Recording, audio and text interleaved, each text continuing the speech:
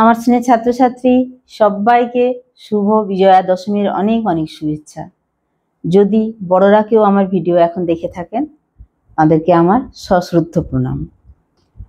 আমার ভিডিওতে বেশ কিছু কমেন্ট নিয়ে আমি এই অ্যান্সার কি বা গ্রেস নাম্বার বা ওএমআর নিয়ে কথা বলবো। তবে আজকের ভিডিওটা একদমই দীর্ঘায়িত করব না, কারণ সত্যি কথা বলতে কি এই কদিন একদম ভিডিও দিতে পারিনি। আজকে শুধুমাত্র তোমাদের কাছে এই ইনফরমেশনটা পৌঁছে দেওয়ার জন্য এসেছি যে স্ক্রিনে দেওয়া যে ফোন নাম্বারটা দেখতে পাচ্ছ, এই ফোন নাম্বারে তোমরা যদি আমাকে হোয়াটসঅ্যাপ করো, আমি যে ক্লাসটা করব তার পিডিএফটা তোমাদেরকে পাঠিয়ে দিতে পারবো। চারদিকে পুজো পুজো মাইক বাজছিল, ক্লাস রেকর্ডিং করতে পারিনি। আজ থেকে ক্লাস চলবে, তোমরা অবশ্যই ক্লাসগুলো ফলো করবে, একটা ক্লাসও মিস করবে না। এবার অল্প কথায় আমি তোমাদের যে তিনটে বিষয় নিয়ে মূলত প্রশ্ন করছো বা কমেন্ট করছো, সেই তিনটে বিষয় একটুখানি বলে নিই। অ্যান্সার কি? পরীক্ষা শুরু হয়েছে তোমাদের থার্ড সেমিস্টারের সেপ্টেম্বরের 8 তারিখে, শেষ হয়েছে 22 তারিখে।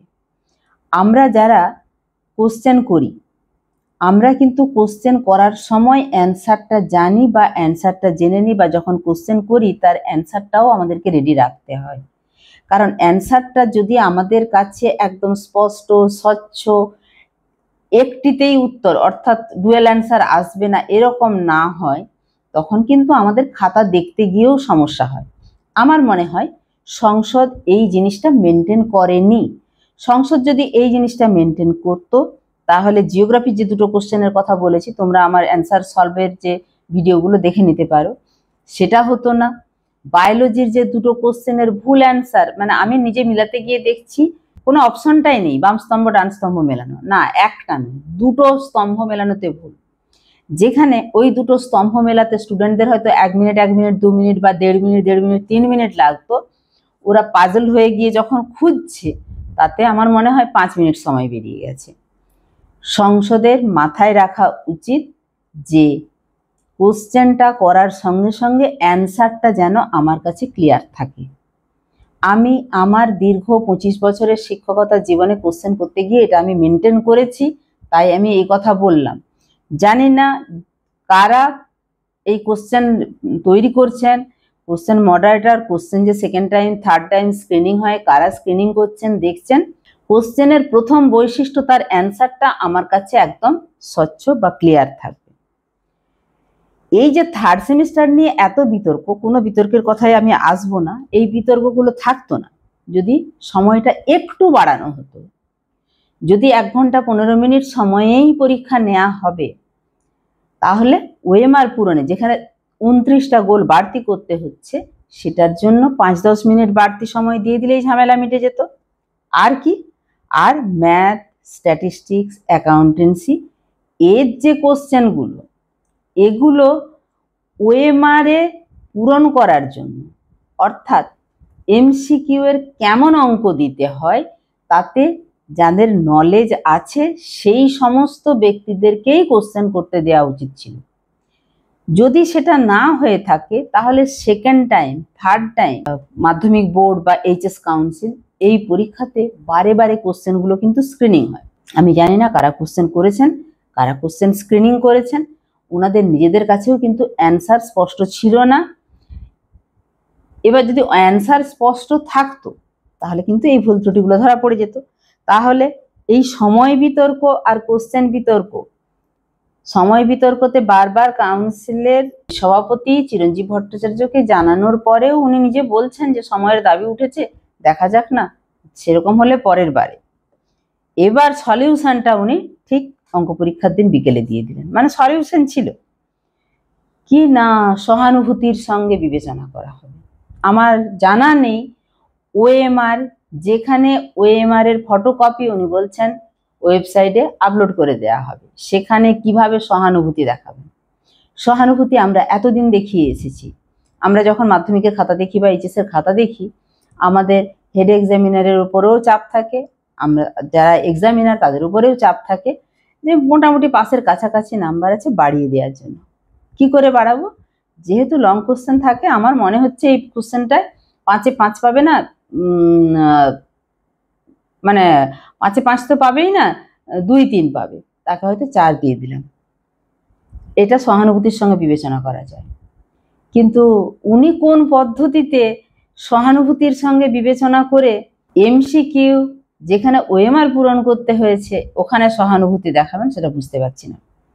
আর যদি সত্যি সংসদের ওয়েবসাইটে এটা আপলোড করা হয় তাহলে স্টুডেন্ট জানে যে আমি এটা করিনি, তাও এটা আমার নাম্বার এসেছে, তাহলে কি কেউ হাতে করে গোল পূরণ করে দিবে?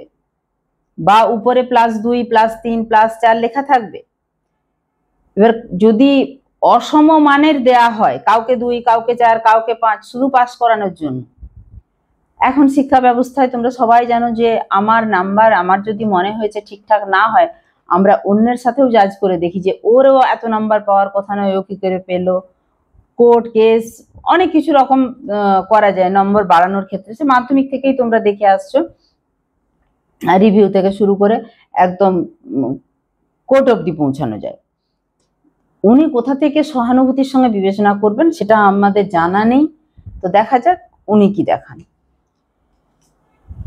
তার মানে ব্যাপারটা গিয়ে দাঁড়ালো গ্রেস কিন্তু দেওয়ার জায়গা নেই। তবে আমি এটা বলছি তোমরা কিন্তু তোমাদের যে আশানুরূপ বা যেটা আশা করছো তার চেয়ে বেশি নাম্বার পাবে।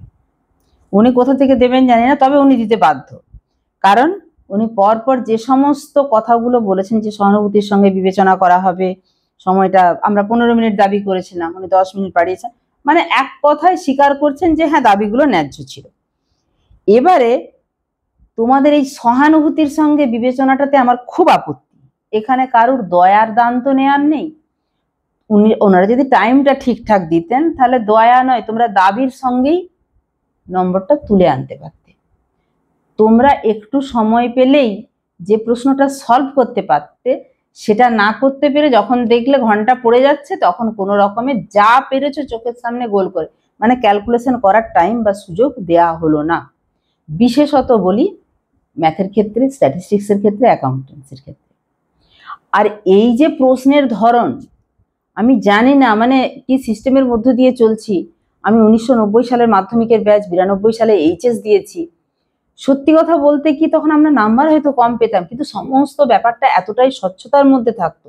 আজকে মানে এই মাধ্যমিক বা এইচএস এর কোশ্চেন বারে বারে মানে মডারেশন থেকে শুরু করে স্ক্রিনিং বারে বারে হওয়ার কথা, সেক্ষেত্রে কারুর নজরে পড়লো না যে বাংলা, ইংরেজি, হিন্দি এই 3টে দিতে গিয়ে স্তম্ভ মেলানো আর বিবৃতির একটা প্রশ্ন 2 পাতা 2.5 পাতা চলে যাচ্ছে।